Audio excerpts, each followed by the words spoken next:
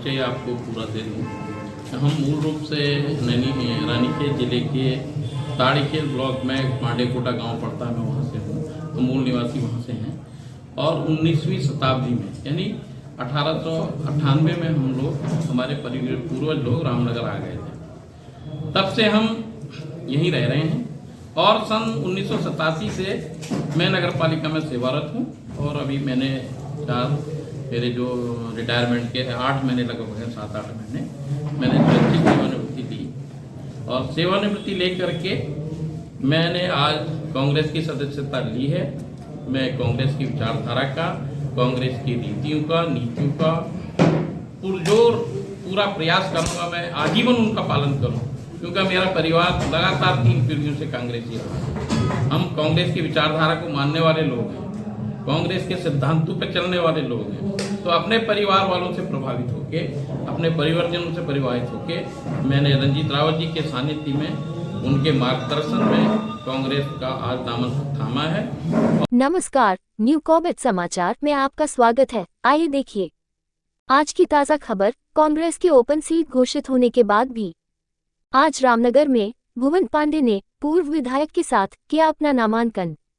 रामनगर की सीट कांग्रेस ने नगरपालिका अध्यक्ष को लेकर ओपन घोषित कर दी थी, जिसके बाद कुछ दिन पूर्व नगरपालिका में कार्यरत भुवन पांडे द्वारा वीआरएस लेने के बाद आज पूर्व विधायक व उधम सिंह नगर के प्रवेशक रणजीत सिंह रावत के साथ अपना नामांकन पत्र भर दिया। बता दें कि रामनगर नगरपालिका अध्यक्ष पद को लेकर कांग्रेस हाईकमान भी किसी निर्णय पर नहीं पहुंच पाई थी, जिसको लेकर उन्होंने इस सीट को ओपन घोषित कर दिया था। इसके बाद रामनगर में कांग्रेस 2 गुटों में भरती नजर आ रही है। वहीं मीडिया से रूबरू होते हुए भुवन पांडे ने कहा कि शहर में जिस तरीके का माहौल उत्पन्न हो रहा है, जुआ, नशा और बेरोजगारी चरम पर है, उसके साथ ही उन्होंने कहा कि नजूल भूमि, शिवरेज जैसी समस्या के साथ ही स्वास्थ्य, शिक्षा के अहम बिंदुओं पर कार्य करेंगे अगर रामनगर की जनता ने उन पर भरोसा किया। वहीं पूर्व विधायक रणजीत सिंह रावत ने कहा कि कई बार हाईकमान के पास भी ऐसी दिक्कतें आ जाती हैं कि वह किसी को अपना उम्मीदवार चुने। ऐसे में उन्होंने व उनके हाईकमान द्वारा इस सीट को ओपन किया गया है, जिस क्रम में आज भुवन पांडे को उन्होंने उम्मीदवार घोषित कर उनका नामांकन पत्र भरवाया है। रामनगर पालिका अध्यक्ष पद पर कांग्रेस से करीब 16 लोगों द्वारा दावेदारी की गई थी, लेकिन रामनगर में पार्टी की आपसी खींचतान के बाद और कार्यकर्ताओं के रोष के बाद कांग्रेस हाईकमान द्वारा रामनगर नगर पालिका अध्यक्ष सीट को ओपन घोषित कर दिया गया था। सभी प्रत्याशियों का कहना था कि रामनगर में भाजपा की जन विरोधी नीतियों के खिलाफ ये चुनाव लड़ा जाएगा तथा नगर पालिका में फिर से कांग्रेस की विचारधारा के व्यक्ति को पूर्ण बहुमत के साथ जिताया जाएगा। न्यू कॉबेट समाचार रामनगर से न्यू कॉबेट समाचार की यह विशेष रिपोर्ट। चैनल को लाइक, कमेंट और सब्सक्राइब करना ना भूलें।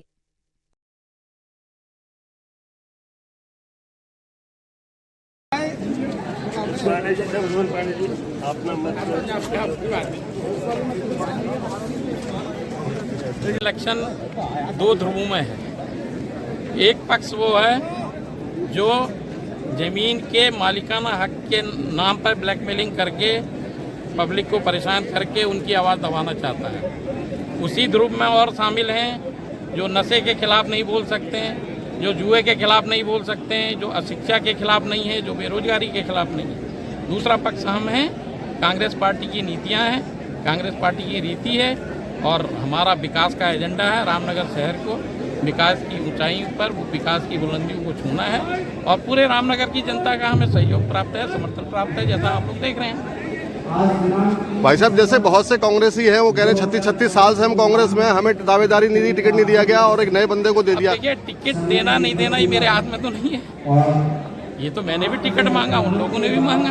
अब ये तो जिस स्तर से टिकट मिलना है, इस सवाल का जवाब तो वहाँ है, लेकिन रामनगर की जनता ने उनके इस सवाल का जवाब परोक्ष रूप से दे दिया है, जो आप आज देख रहे हैं और बाकी 23 तारीख को देख लेंगे।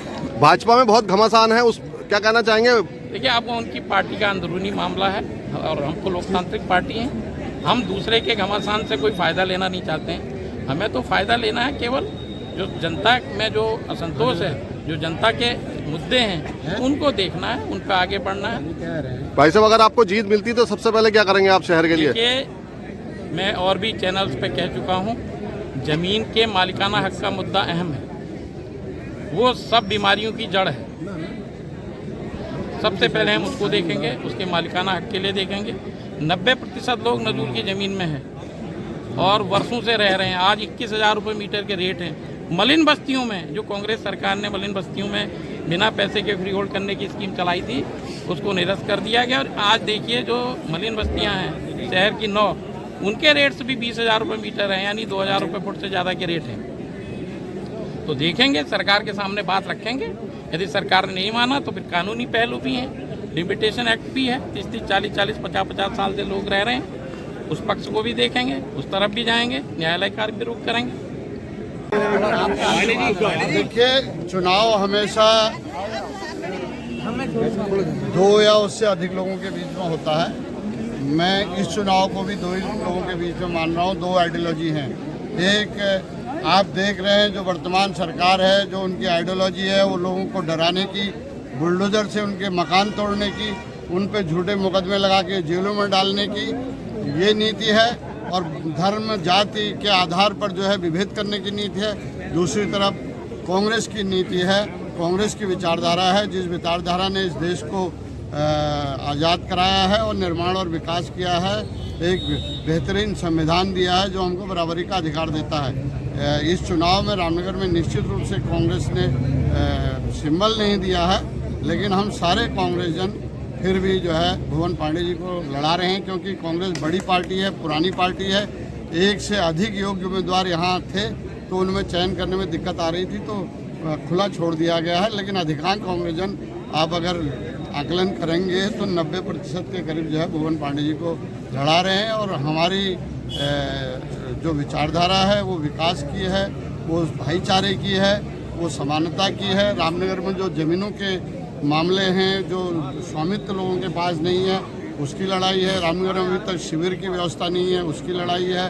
जो बिजली बार बार चले जाती है, उसकी लड़ाई है। तो इन सारे मुद्दों पर जो है हम काम करेंगे।